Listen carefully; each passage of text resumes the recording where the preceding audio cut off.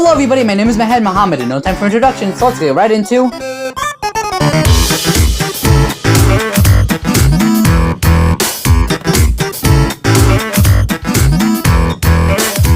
For those who don't know, Scott Pilgrim takes off as a 2023 anime created by Netflix. This show is based off the 6-issue book series created by Brian Lee O'Malley, Scott Pilgrim. However, this is not the first time the books were adapted. There was a 2010 live-action movie Scott Pilgrim vs. the World, as well as a video game tie-in known as Scott Pilgrim vs. the World, the game. However, this adaptation is different from the movie or game. How? Well, I was gonna wait until the plot, but I may as well mention it now since I know it's a huge part of the story. Scott Pilgrim fucking dies. This show is not about him. It is instead about Ramona, and I'll explain more about that in the plot. But the direction the show has taken has led to mixed reception among people. Some people love it, some people hate it. Though I'll refrain from talking about this until later on. Also, instead of trying to summarize the original Scott Pilgrim story, I'm gonna put all this on screen right now. Pause and read if you want. While I still advocate that the books are a fun read, I just want to make sure that nobody is confused, and I don't want to keep stopping during the plot to explain who Gideon Graves is to someone who's never seen the story before. So, now that we're all caught up, let's move on to the plot. So the plot is relatively pretty simple. The first episode is largely a faithful adaptation of the first book, with Scott falling for the girl of his dreams, Ramona Flowers, and after one good date, he invites her to a club where his amateur band is performing. The band then gets interrupted by Matthew Patel, Ramona's first of 7 evil exes that Scott will have to fight in order to date Ramona in peace. However, where the show splits from the normal story is that Scott loses the fight. Dude just dies. Except he doesn't. Ramona dreams about Scott later on, and upon watching the security tapes from the club on that night, learns that Scott was not killed. He was instead kidnapped and taken through a mysterious portal. So Ramona sets out to figure out who could have kidnapped Scott, which also leads her to talking to and making amends with some of her exes, particularly Roxy, Lucas Lee, and Todd. Ending up, Ramona does find Scott through an explanation that's a bit confusing. Okay, so Scott was kidnapped by his future self, who wanted to warn Scott not to date Ramona, because in the future, despite getting married and having a good life, they get into a single fight and it causes old Scott to lose his mind. So he kidnaps Scott via a vegan portal with this robot. It makes more sense in the show. However, Scott is still in love with Ramona due to factors like him secretly watching Ramona in the past works so hard to find him via the little robot. So he gets future Ramona to send him back to the past with time travel roller skates. Reading this out loud makes me realize how stupid this sounds. Anyway, this naturally pisses off old Scott, so he spends 10 years getting buffed to kill past Scott, because that surely wouldn't ruin the fabric of time. You see, I say this like it's something that would be even mentioned in the show, but no, nobody even references how going back in time to kill a younger version of yourself could have negative consequences on the space-time continuum. Though I will admit though, the fight was epic. Ramona and older Ramona end up fusing, somehow, and they just casually put an end to old Scott's shenanigans, and then after they unfuse, Scott and Ramona go back to their normal timeline and they live a happy life. And that was Scott Pilgrim Takes Off. Yeah, it definitely wasn't as relatively pretty simple as I thought it was gonna be. I had to skip over huge parts of the story like the whole Scott Pilgrim in-universe movie that was being made, and other aspects I'll try and touch upon later. So do not blame me, the show is time travel, I was doomed from the start. Plus, I did also try to condense an 8-episode TV show into a small summary, so here's your reminder to always watch the original show. This is not a replacement, go do it! But besides all, let's continue on to other aspects of the show, like the animation. First things first, the animation is just God-worthy. You can take any frame from the show and it'll always be poster-worthy. The expressions, line art, colors, just everything just goes together to look seriously nice. Like, it's amazing how expressive the show can be while still keeping Brian's art style. Look at this shot from episode 3. I love it! I want to hang it up on my wall. This show just looks so nice. The colors are never, like, overbearing. It's saturated enough where you can just, like, feel nice while looking at it, but it's not like too bright where you get like nauseated just looking at it. It's a good balance. I would love to apply this to my own work someday. And the line art knows when it needs to be really thick or where it needs to be really thin. And regardless, it looks nice! One thing I will mention is the use of CGI. Primarily used for background shots for bigger scenes, I think it's fine, though I do have to call out its use in episode 4, since Lucas Lee just has to be a show-off with his skateboard, and because of that, the CGI is way more noticeable in those shots. And to be honest, yeah, it is a bit rough. There's nothing too terrible. This is one of those things where you can tell that it wasn't like an aspect they were like trying to work on the most. They were putting all the time into the 2D aspect. So the CGI was more of just a second thought, I want to say. But like, it's nothing terrible. It's just fine. Another thing I can mention is how there are some scenes where I feel like they're using rotoscope. Like, I have no proof that the animation studio used it, but like, you look at some of these scenes and I don't know, man. It looks a bit weird. Knives has human proportions. I'm afraid. One final thing I can mention is the lip syncing. Now personally, I think it's a non-issue most of the time. Like, I know there is an intentional aspect of the show to have the lip sync occasionally be out of sync, since anime cliche. However, I feel like there are times where the characters will over-emote, like their animation will be like super expressive and stuff, and their voice actors will just not do a good job at matching the energy. Or the opposite will happen, where the voice actors will give a huge performance and the animation isn't matching the energy. You can see the most with characters like Ramona or Steven Stills, but besides that, the animation is still really good. Far better than it has any right to be. Now, let's move on to the pros. First things first. Oh my god, a new Scott Pilgrim story? Like, keep in mind, the only Scott Pilgrim content we've got besides the books was the movie and video game, both adapting the books. And we were led to believe that this would be another adaptation. But now we finally got a new story, and even if it is less of a sequel and more of a what-if scenario, I don't mind it. New content is content. Another pro is how they handled the exes. In the books, the exes were mostly just bosses Scott had to defeat. We did learn their backstories with Ramona and what she did to them, but overall, they're mostly just antagonists. In some cases, their fights are happening in the background, with not much to them besides that. But now in Takes Off, they're a lot more developed. There was way more to them besides just fighting. Now we get to see Ramona probably confront and apologize to them for how she behaved. And we get to see the exes just act like people. After Scott is quote-unquote killed, most of them just move on with their life, some even integrating into Scott's friend group, like Lucas Lee working at the coffee shop. Honestly, I just love this what-if scenario.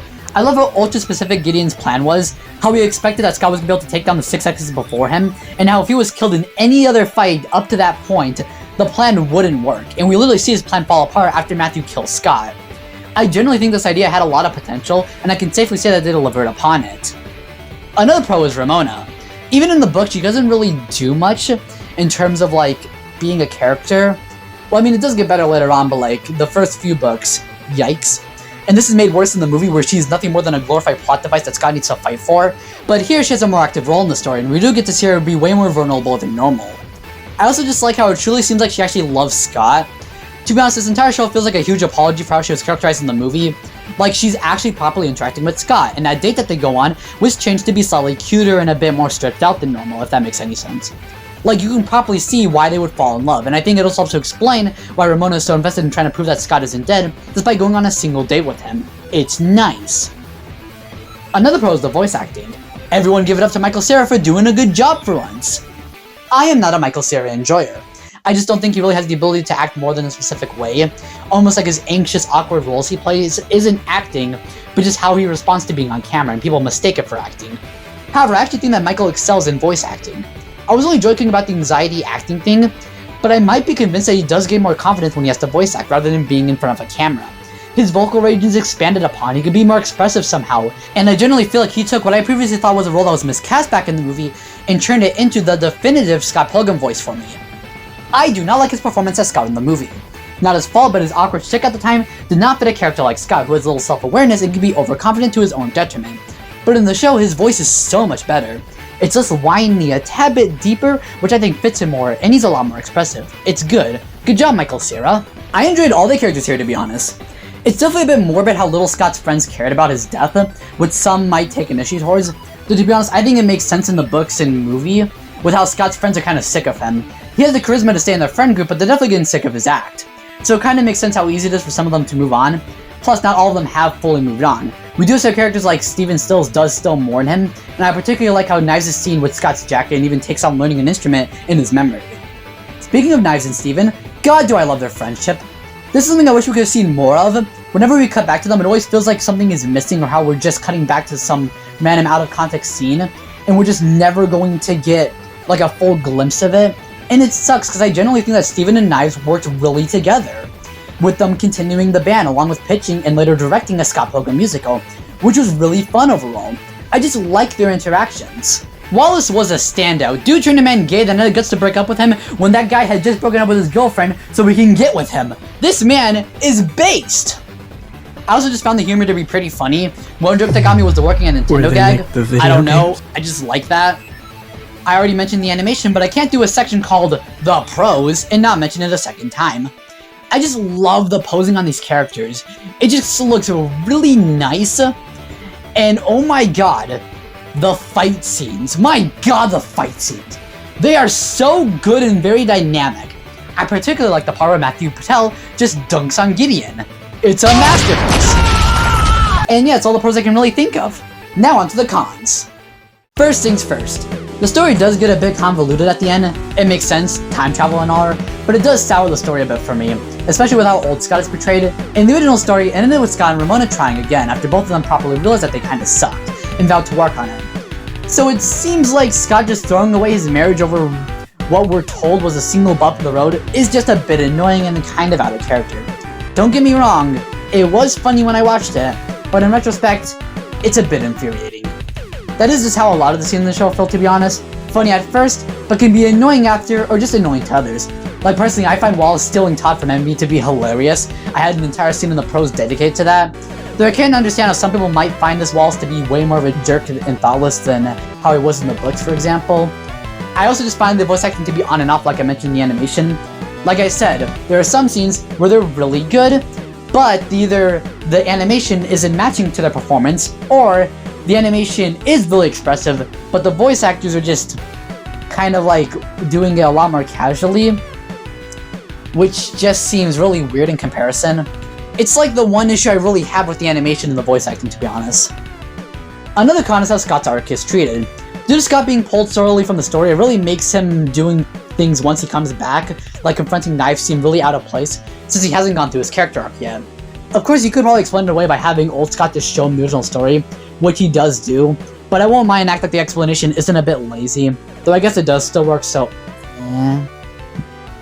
Now, here's the biggest elephant in the room that I refuse to touch upon until right now, and because of that, I will be splitting it off from the cons just so it doesn't make it look like this show has more cons than it really does. The bait and switch.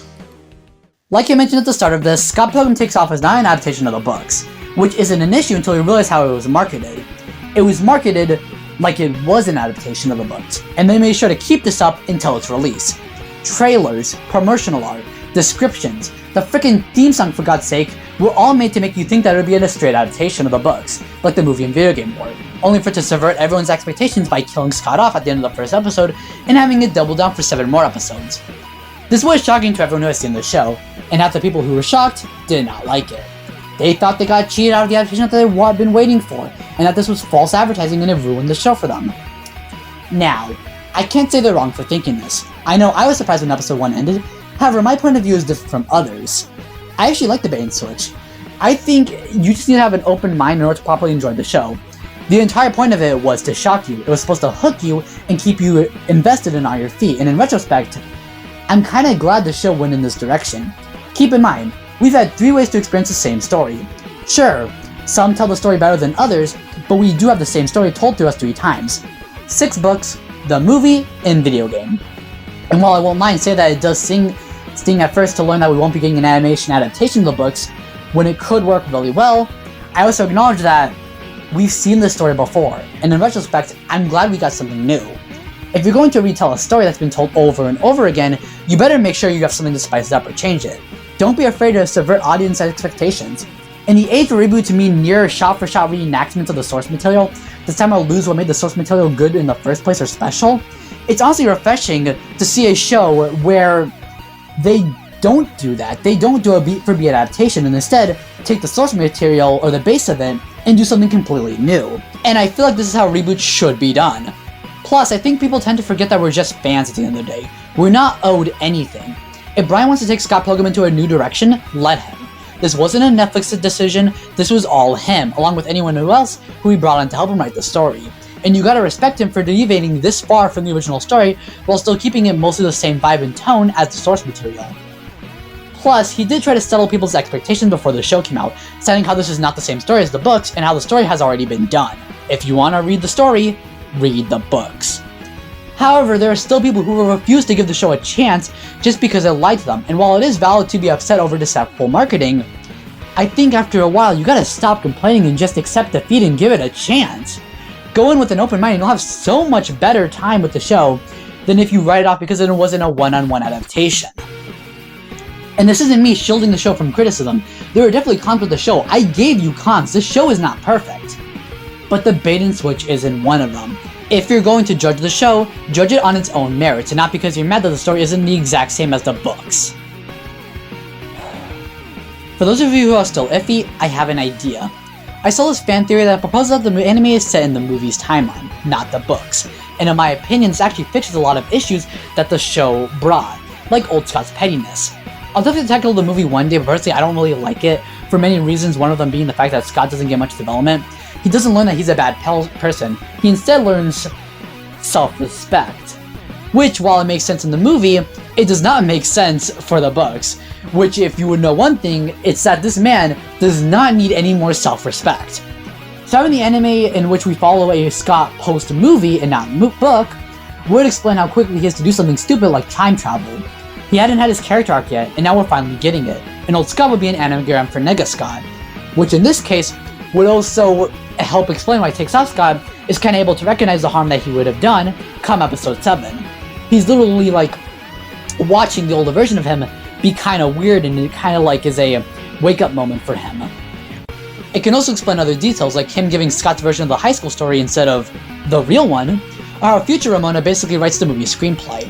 It's not perfect, but I think it works if you want to treat the show like a sequel to the movie. And maybe for people who are still skeptic, they can go into it with this mindset, and it's kind of like maybe easier to fully give it a chance, if that makes any sense. Though overall, I still think that people who are furious that the show isn't a one-on-one adaptation of the books are really missing out and letting nostalgia cloud their judgment. You have the books, you have the movie, you have the freaking video game. Just have an open mind and give it a chance. I'm sure you will come out of it pleasantly surprised.